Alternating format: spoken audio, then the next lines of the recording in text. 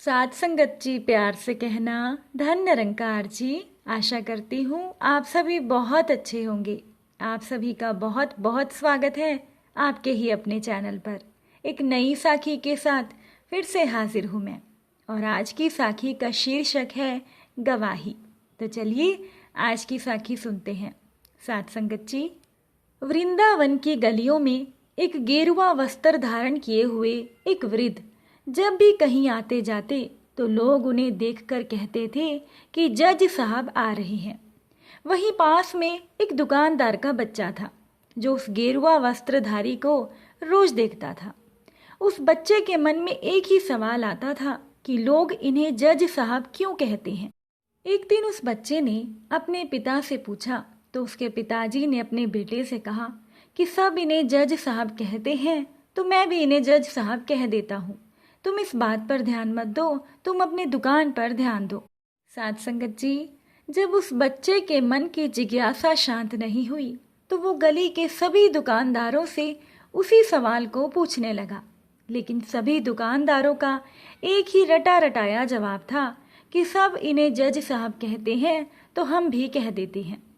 लेकिन उस छोटे से बच्चे ने जिद पकड़ ली कि जब तक मैं जानूंगा नहीं तब तक मैं चैन से नहीं बैठूंगा।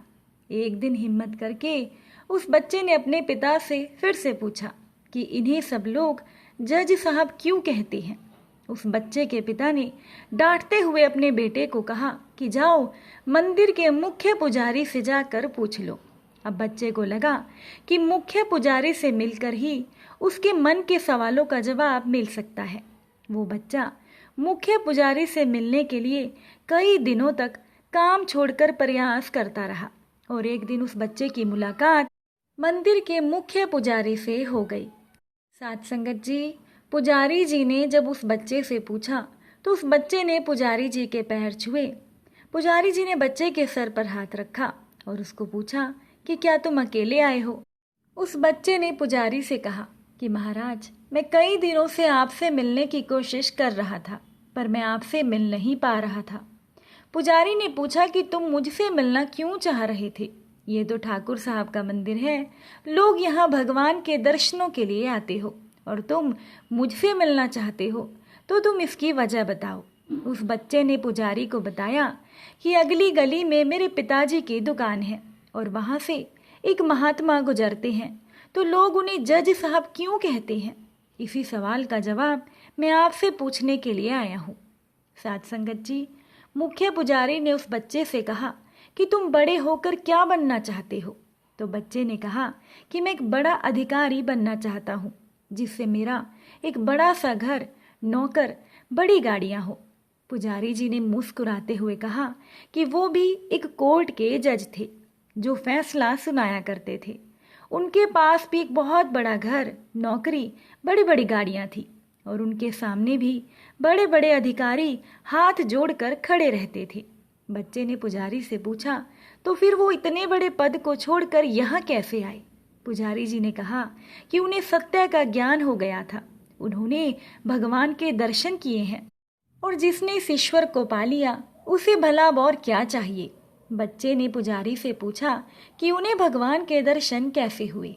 साथ संगत जी, मुख्य पुजारी ने उस बच्चे को विस्तार से बताना शुरू किया कि दक्षिण भारत के एक छोटे से गांव में एक भोला नाम का किसान रहता था जिसका असली नाम कोई नहीं जानता था। बस वो किसान इतना भोला था कि सब उसे भोले कहा करते थे। जब उससे कोई पूछता कि भोले कैसे हो तब वो कहता था कि श्री कृष्ण जाने। जब उसको कोई पूछता था कि भोले, अब की बार बारिश होने का लक्षण कब तक है, तो वो कहता था कि श्री कृष्ण जाने। वो सभी प्रश्नों का एक ही जवाब देता था कि श्री कृष्ण जाने। भोले के 2 बेटे और 1 बेटी थी। भोले को अपनी बेटी की शादी की चिंता सताने लगी। एक दिन भोले के बड़े बेटे ने अपने पिता से पूछा कि पिताजी, बहन की शादी कब तक कर देनी चाहिए। तो भोले ने जवाब दिया कि श्री कृष्ण जाने। छोटे बेटे ने कहा कि पिताजी, मैंने एक रिश्ता देख रखा है, आप जाकर एक बार लड़के के परिवार से बात कर लीजिए। अब भोले अगले दिन वहां गया और शादी की तारीख पक्की हो गई। घर आकर भोले ने बताया कि शादी की तारीख अगले महीने की है। ये सुनकर भोले का बड़ा बेटा नाराज हो गया कि इतने कम समय में आपने ये तारीख क्यों तय की? हमारे पास कुछ भी नहीं है, हम शादी की तैयारियां कैसे करेंगे? तो भोले ने कहा कि श्री कृष्ण जाने। अगले दिन बड़े बेटे ने कहा कि पिताजी, आप खेत के बदले थोड़ा अनाज और धन सेठ जी से उधार ले लो, ताकि हम दोनों भाई मेहनत मजदूरी करके अपनी बहन की शादी करेंगे और सारा हिसाब चुकता कर देंगे। साथ संगत जी, अब भोले भी अपने बड़े बेटे की बात को मानकर जमींदार से सभी खर्चों की सूची के हिसाब से धन लेकर आ गया। कुछ दिन के बाद भोले ने अपनी बेटी की शादी बड़ी धूमधाम से कर दी। भोले के दोनों बेटे भी शहर चले गए और भोला भी घर छोड़कर गांव के बाहर कृष्ण मंदिर में रहने लगा, जहां वो सुबह शाम झाड़ू पोछा करके कृष्ण के भजन गाता रहता और रात को एक कोने में चटाई बिछाकर सो जाता। साथ संगत जी, एक दिन की बात है कि भोले के दोनों बेटे उसके पास आए और कहने लगे कि पिताजी, सेठ जी का मूलधन और ये ब्याज है, जाकर आप चुकता कर दीजिए। अब भोले सेठ के पास गया और अपनी खेत के कागज मांगे। जमींदार ने हिसाब करके कहा कि आपके सभी पैसे चुकता हैं, ये बाकी का बचा हुआ पैसा और ये खेत का कागज आपका हुआ। एक कागज पर लिखकर जमींदार ने भोले को दे दिया। अब भोले ने बिना देखे ही उस कागज को रख लिया। तो इस पर जमींदार ने कहा कि अरे भोले, देख तो ले कि उस कागज पर क्या लिखा है। भोले ने जमींदार से कहा कि मैं अनपढ़ हूँ, आपने लिखा होगा तो ठीक ही लिखा होगा। साथ संगत जी, जमींदार के मन में लालच आ गया कि इससे धन की वसूली और ज्यादा हो सकती है। जमींदार ने भोले से कहा कि जरा कागज देना, शायद कुछ छूट रहा है। भोले ने कागज दिया तो जमींदार ने पेन ना चलने का बहाना करके कहा कि मेरे सामने वाले कमरे में से एक पेन लेकर आओ। भोले ने पेन लाकर सेठ को उस जमींदार को दिया और अपने घर का कागज और सेठ के द्वारा दी हुई रसीद और बचे हुए रुपए लेकर आ गया। बच्चों को खेत का कागज और रुपया दे दिया, पर रसीद देना भूल गया। साथ संगत जी, भोले ने अपने बच्चों से कहा कि तुम लोग अब अपना घर देखो, क्योंकि मैं अब अपनी जिम्मेदारियों से मुक्त हो गया हूँ। अब मैं घर नहीं बल्कि मंदिर में ही रहूंगा। ऐसा कहकर भोले मंदिर की ओर जाने लगा। भोले का बड़ा बेटा नम आंखें लिए हजारों सवाल उसके मन में थे, लेकिन वो अपने पिता की तरफ देखता रहा। भोले के छोटे बेटे ने कहा कि माँ तो हमें बचपन में ही छोड़कर चली गई थी, अब आप भी हमें छोड़कर जा रहे हैं। भोले ने कहा कि बेटा, तुम्हारा साथ स्वयं भगवान देंगे, अब मुझे प्रभु की सेवा करने दो। एक दिन की बात है कि भोले अपने कपड़े धो रहा था कि सेठ द्वारा दी गई रसीद गीली हो गई, पर भोले ने उसे सुखाकर मंदिर में कहीं रख दिया। धीरे धीरे दिन बीतते गए। एक दिन की बात है कि भोले के पास एक अदालती नोटिस आई और उसमें लिखा था कि सेठ जी ने भोले पर केस किया है, जिसमें यह लिखा था कि भोले ने सेठ जी के पैसों का भुगतान नहीं किया है। अब अदालत में जज साहब के सामने भोले ने कहा कि साहब, मैंने जमींदार के सभी रुपए चुकता कर दिए हैं। जब जज साहब ने पूछा कि तुमने पैसे चुकता कर दिया है तो तुम उसकी रसीद दिखाओ। भोले ने कहा कि साहब, रसीद तो गीली हो गई थी, पर वो मेरे पास है। जज साहब ने जब रसीद देखी तो वो बिल्कुल सफ़ेद थी, उस पर लिखा हुआ कुछ भी समझ में नहीं आ रहा था। साथ संगत जी, जज साहब ने भोले से पूछा कि जब तुमने जमींदार के पैसे चुकता किए तो क्या वहाँ पर कोई और भी था? भोले ने कहा कि साहब, 3 लोग थे, एक मैं, एक जमींदार और एक श्री कृष्ण थे। जज साहब ने कहा कि अगली तारीख में श्री कृष्ण को अदालत में पेश किया जाए। अब अगले दिन डाकिया श्री कृष्ण को पूछते हुए आया, पर उस गांव में कोई भी श्री कृष्ण नाम का इंसान नहीं था। किसी ने कहा कि श्री कृष्ण का तो मंदिर है। डाकिया ने सोचा कि श्री कृष्ण नाम का व्यक्ति यहाँ नहीं है, तो उसने मंदिर बनवाया होगा और कहीं चला गया होगा। ऐसा करता हूँ, मैं ये पत्र मंदिर में ही दे देता हूँ, वहाँ से ये श्री कृष्ण के पास पहुँच जाएगा। अब डाकिये ने पुजारी को चिट्ठी दी और कहा कि क्या कृष्ण यहीं रहते हैं? पुजारी ने कहा कि ये कृष्ण जी का ही मंदिर है। डाकिया ने कहा कि उनके नाम की चिट्ठी है, उनको दे दीजिएगा। ये कहकर डाकिया चला गया। साथ संगत जी, पुजारी ने भोले से कहा कि परसों अदालत में सुनवाई है और तुम्हारे गवाह के रूप में श्री कृष्ण को बुलाया गया है। पुजारी की बात सुनकर भोले ने कुछ नहीं कहा। साथ संगत जी, जिस दिन सुनवाई होनी थी उस दिन पुजारी जी ने भगवान श्री कृष्ण के लिए पीतांबर, नीलांबर, गेरुआ वस्त्र रखकर मिश्री के प्रसाद लगाकर कहा कि प्रभु, भोले का आपके सिवा और कोई नहीं है।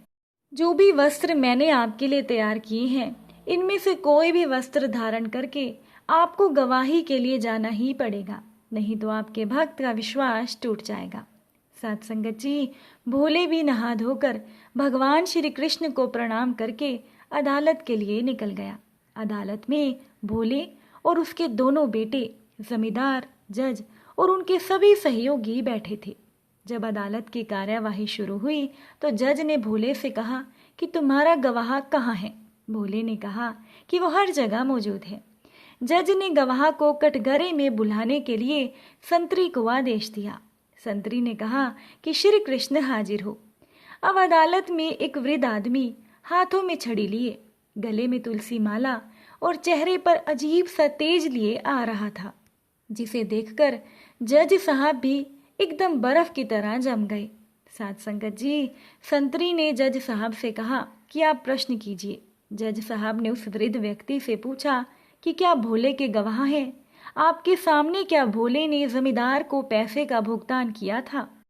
उस वृद्ध व्यक्ति ने, जो गवाह के रूप में आया था, उस वृद्ध व्यक्ति ने कहा कि हाँ, और वो रसीद जमींदार ने अपने कमरे की 5वीं खाने की 3री फाइल की 32वें और 33वें पन्ने के बीच में रखी है। आप वो रसीद मंगवा लीजिए। जज ने तुरंत आदेश देकर कागज मंगवा लिया और भोले के पक्ष में फैसला सुनाते हुए जमींदार को गिरफ्तार करने का आदेश दिया। साथ संगत जी, फैसला सुनाने के अगले ही घंटे जज साहब भोले के गांव के लिए निकल पड़े तो उन्होंने देखा कि उस गांव में श्री कृष्ण ना तो कोई इंसान थे और ना ही श्री कृष्ण के नाम से कोई घर था। जज साहब घूमते घूमते मंदिर में जा पहुंचे। मंदिर में पहुंचकर जज साहब ने भोले को कहा कि मैं तुम्हारे गवाह से मिलने आया हूँ, जरा बुलाओ तो सही कि श्री कृष्ण कहाँ है। भोले ने जज साहब से कहा कि वो हर जगह मौजूद है, फिर भी आप अंदर जाकर उनसे मिल सकते हैं। साथ संगत जी, जब जज साहब अंदर गए तो उन्होंने देखा कि मंदिर में जो श्री कृष्ण की मूर्ति थी, उस मूर्ति ने वही गेरुआ वस्त्र धारण किए हुए थे और गले में तुलसी की माला थी। ये सब देखकर जज साहब हैरान हो गए। जज साहब को भी इस बात का ज्ञान हो गया कि भगवान ने अपने भक्त के लिए एक गवाह का रूप बनाया था। अगले दिन जज साहब मंदिर फिर से आए और भोले से कहा कि मैंने अपने पद का त्याग कर दिया है और मैं कृष्ण की नगरी जा रहा हूँ, तुम कब आओगे? भोले ने जवाब दिया कि श्री कृष्ण जाने। उसके बाद उन जज साहब ने अपने पद का त्याग किया और गेरुआ वस्त्र धारण करते हुए वो वृंदावन की गलियों में घूमते थे। साथ संगत जी, ये साखी एक सत्य घटना पर आधारित है, जिससे हमें यही सीख मिलती है कि ईश्वर, ये निरंकार दातार, कभी भी अपने भक्त का विश्वास टूटने नहीं देते और हर एक परिस्थिति में अपने भक्त की मदद करते हैं। उम्मीद करती हूँ कि साखी आपको अच्छी लगी होगी। ये साखी आपको कैसी लगी, अपने विचार कमेंट द्वारा ज़रूर बताइएगा। फिर मुलाकात होगी आपसे नई साखी और नए विचारों के साथ। तब तक के लिए धन निरंकार जी।